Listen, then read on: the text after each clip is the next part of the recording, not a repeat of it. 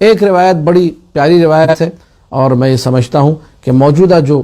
زمانہ ہے پرآشوب زمانہ، اور ہمارے درمیان جو اختلافات اس وقت بڑھ رہے ہیں، ہمارے درمیان جو ایک چپقلش کی فضا قائم ہو گئی ہے، ایک دوسرے کو بسا اوقات دیکھنا گوارا نہیں کرتے، اختلافات سے ہم لوگ مسلسل جو ہے اختلافات میں مبتلا رہتے ہیں، اس حوالے سے یہ روایت شاہ عبدالعظیم حسنی نے نقل کی ہے اور بڑی کمال کی روایت ہے۔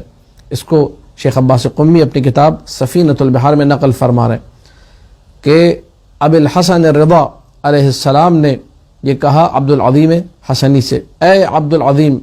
ابلغ عنی اولیائی السلام، میرے دوستوں کو میرا سلام پہنچاؤ۔ اور یہ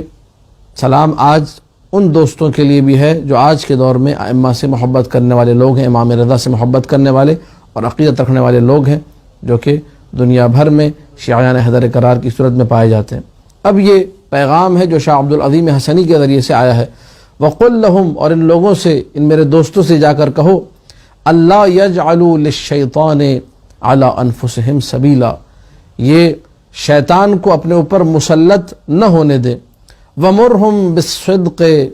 فِي الْحَدِيثِ وَأَدَاءِ الْأَمَانَةِ، ان کو تم یہ حکم دو کہ یہ سچائی کو اپنائیں، یہ امانت میں خیانت نہ کریں، امانت کو وقت پر ادا کریں،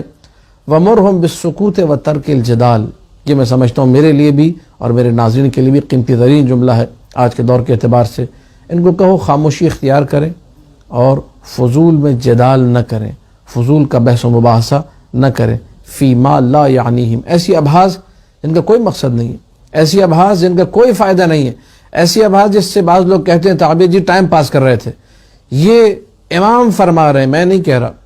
یہ ہمارے کسی بڑے نے نہیں کہا کہ یہ بحث مت کرو فضول کی، مولا فرما رہے ہیں۔ ایسی ابحاث جن کا کوئی مقصد نہیں ہے، آج ہمارے معاشرے میں ایسی بہت ساری ابحاث ہیں۔ ہاں یہ الگ بات ہے جب شیطان ہم پر مسلط ہوتا ہے تو ہم اسے یوں بنا کر پیش کرتے ہیں کہ نہیں بڑی کام کی بحث تھی، اس کا بڑا عقیدے سے تعلق تھا، جبکہ تعلق کوئی نہیں ہوتا، کیونکہ ہم لوگ علماء حقہ سے دور ہیں، اپنی ہر فضول کی بحث کو بامقصد بنا کر پیش کرتے ہیں، اور یہ بھی شیطان کے تسلط کا نتیجہ ہے۔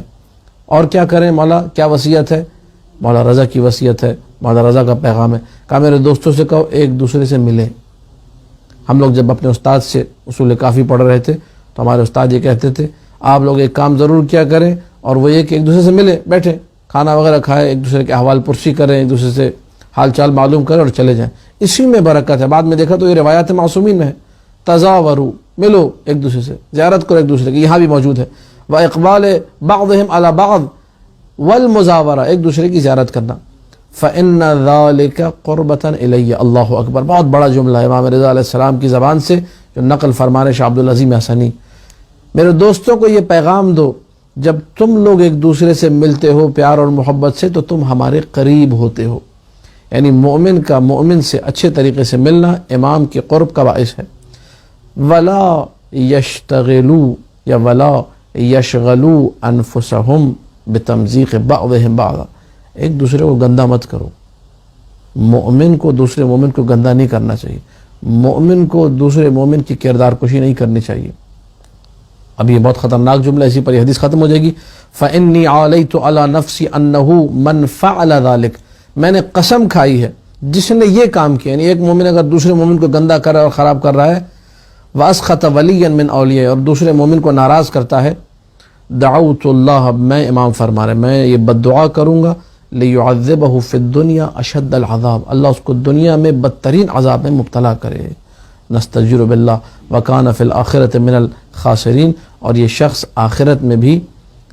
گھاٹے کا سودا کرنے والوں میں قرار پائے گا، خسارے میں رہنے والوں میں قرار پائے گا۔